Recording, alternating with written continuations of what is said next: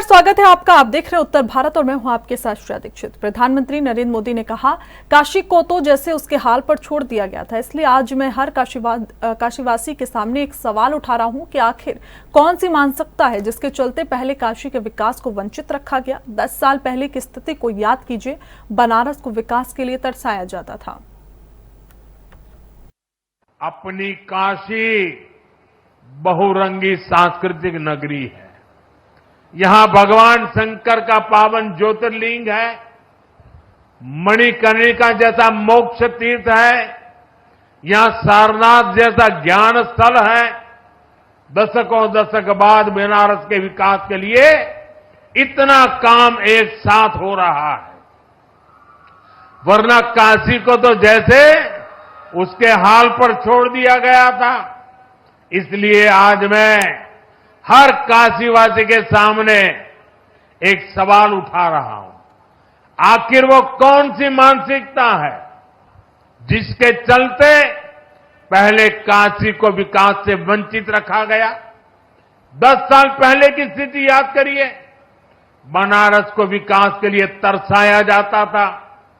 जिन लोगों ने यूपी में लंबे समय तक सरकारें चलाई, जो लोग दिल्ली में दशकों तक सरकार में बैठे रहे, उन्होंने कभी बनारस की परवाह क्यों नहीं की? इसका जवाब है परिवारवाद और तुष्टीकरण की राजनीति। कांग्रेस हो या समाजवादी पार्टी, ऐसे दलों के लिए बनारस का विकास न पहला प्राथमिकता में था, न भविष्य में कभी होगा। इन दलों ने विकास में भी भेदभाव किया, जबकि हमारी सरकार सबका साथ सबका विकास के मंत्र पर चलती है। हमारी सरकार किसी योजना में भेदभाव नहीं करती। हम जो कहते हैं वो डंके की चोट पर करके दिखाते हैं। प्रधानमंत्री नरेंद्र मोदी ने कहा, मैं इस नेत्र अस्पताल को देखकर आया हूं, एक प्रकार से आध्यात्मिक और आधुनिकता का संगम है। ये बड़ी संख्या में गरीबों को इलाज यहां पर मिलेगा। ये अस्पताल यहां के युवाओं के लिए भी नया अवसर लेकर आया है। यहां के अनेकों लोगों को काम भी मिलेगा। यहां मेडिकल छात्रा इंटर्नशिप और प्रैक्टिस भी कर पाएंगे। मैं अभी इस नेत्र अस्पताल को देखकर आया हूं। एक प्रकार से ये आध्यात्मिकता और आधुनिकता का संगम है। ये अस्पताल बुजुर्गों की भी सेवा करेगा और बच्चों को भी नई रोशनी देगा। यहां बहुत बड़ी संख्या में गरीबों को मुफ्त इलाज मिलने वाला है।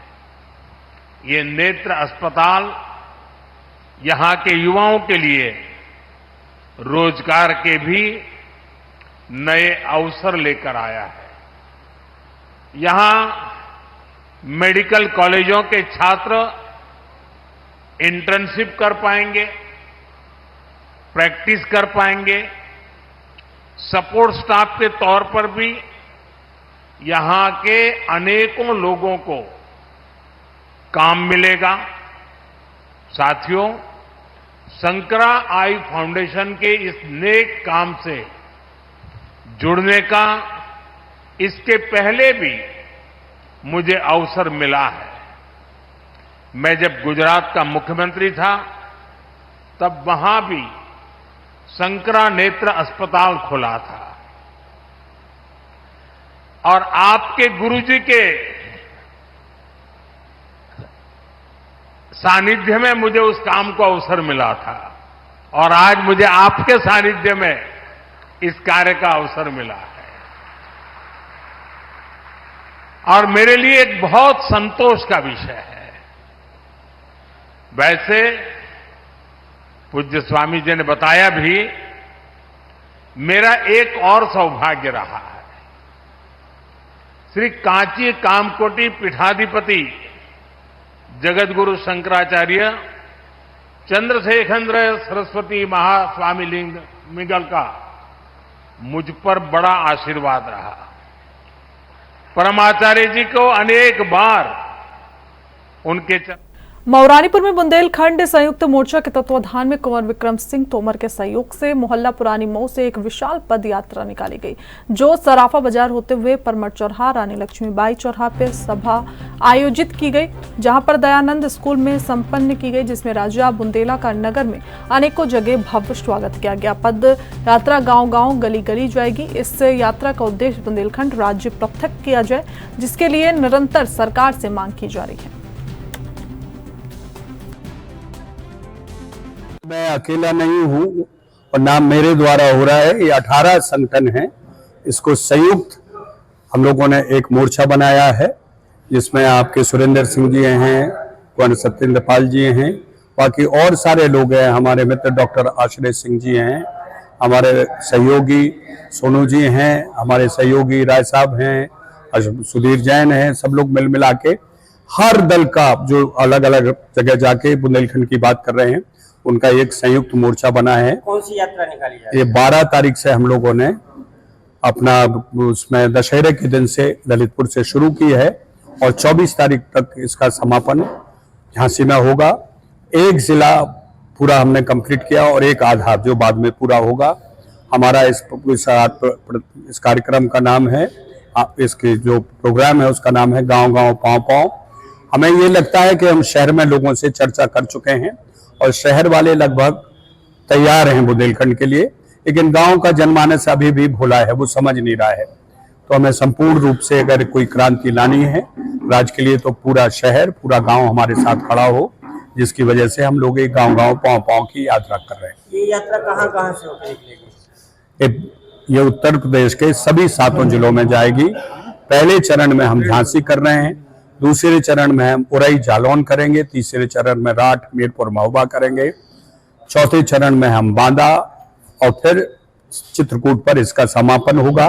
समापन के बाद हम प्रधानों से खत ले रहे हैं, ये लेटर हम प्रधानमंत्री को देंगे और उन प्रधानमंत्री और गृह मंत्री से हम दिल्ली में एक जगह मांगेंगे जहां पर हम जाके अपनी बात कहें, और जो प्रधान अपनी लेटर दे रहे हैं उन प्रधानों से हम वहां पर मंच से कहलवाएंगे कि प्रधानमंत्री जी 77 साल हो गए हैं, आपने 18 राज्य बनाए, 18 के बाद 28 राज्य बनाए, अब बुंदेलखंड भी बना दीजिए। हर गांव का प्रधान जिसने चिट्ठी दी है उसको वहां बोलने का मौका मिलेगा। ये हमारी योजना है।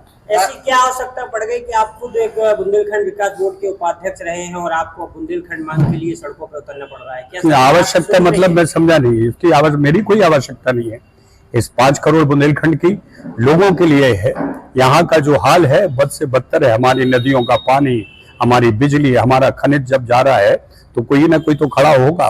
बुंदेलखंड विकास बोर्ड मुझे महत्व नहीं रखता है, मुझे महत्व रखता है मेरा बुंदेलखंड। और बुंदेलखंड विकास बोर्ड में रहकर आप बुंदेलखंड की मांग नहीं कर पा रहे थे? वो दूसरी वो जिम्मेदारी अलग थी, वो उसमें रह के मैं जनता के बीच इस तरह की बातें नहीं कर सकता था। एक दो अलग चीजें हैं, समझने की कोशिश करिए। बुंदेलखंड विकास बोर्ड में रह के मैं बुंदेलखंड राज्य की, ऐसे या पुलिस में रह के आप डाकुओं को रोक ही सकते हैं ना, दूसरे काम तो नहीं कर सकते हैं। जो जिम्मेदारी दी गई थी बुंदेलखंड विकास में, समीक्षा बैठक की, जहां जहां काम नहीं हो रहे हैं उनकी समीक्षा करके मैं लखनऊ में उनको दूं और उन काम को करवाने का मैं एक कोशिश करूं। यहाँ एक मिनट, ये 5 करोड़ राज्य की बात, 5 करोड़ लोगों के बाद एक राज्य की बात है, एक देश का नक्शा अलग काट के उसमें बुंदेलखंड बनाने की बात है। विकास बोर्ड में रह के मतलब उससे कैसे हो सकता था? 2 नावों में सवार होके कैसे आप मंजिल पा सकते हैं? क्या आपने वो पद छोड़ दिया है? हाँ, हमने अब उनका सामान वापस कर दिया। उमा भारती जी ने भी कहा था बुंदेलखंड राज्य बनाएंगे, लेकिन अब वो कह रही है मध्य प्रदेश के लोग तैयार ही नहीं है। उमा भारती की बात आप उमा भारती से कहें तो बेहतर होगा। उमा भारती का मैं यहाँ पर प्रवक्ता नहीं हूँ। जब उन्होंने कहा था, क्या सोच के कहा होगा, इस बात का जवाब वो देंगी। मैं जो कह रहा हूं कि 2027 तक मुझे लगता है, मैं बार बार कह रहा हूं, मुझे लगता है कि बुंदेलखंड राज्य बनने की एक प्रक्रिया शुरू हो चुकी है। 2027 तक ये संभव है कि हम बुंदेलखंड राज्य मिलेगा। ये यात्रा पहली बार निकाली जा रही है? इसकी पहले नहीं, इसके पहले हमने एक यात्रा निकाली थी चित्रकूट से खजुराहो तक, पैदल यात्रा थी। एक यात्रा हमने मशाल यात्रा निकाली थी चित्रकूट से दिल्ली तक। एक हमने विकलांग यात्रा निकाली थी ओरछा से लेके भोपाल तक। एक हमने स्वाभिमान यात्रा निकाली थी चित्रकूट से लखनऊ तक। ये हमारी 5वीं यात्रा है। तो ये कार्यक्रम कब तक चलेगा आपका? ये मार्च तक उत्तर प्रदेश के बुंदेलखंड का चलेगा और फिर दिल्ली में। यूपी के वाराणसी में आरजे शंकरा नेत्र चिकित्सालय के उद्घाटन समारोह को संबोधित करते हुए यूपी के मुख्यमंत्री योगी आदित्यनाथ ने कहा, आरजे शंकरा नेत्र चिकित्सालय के उद्घाटन में मैं आप सभी का स्वागत करता हूं। काशी हर दिन बढ़ रही है, यहां कई विकास कार्य हुए हैं।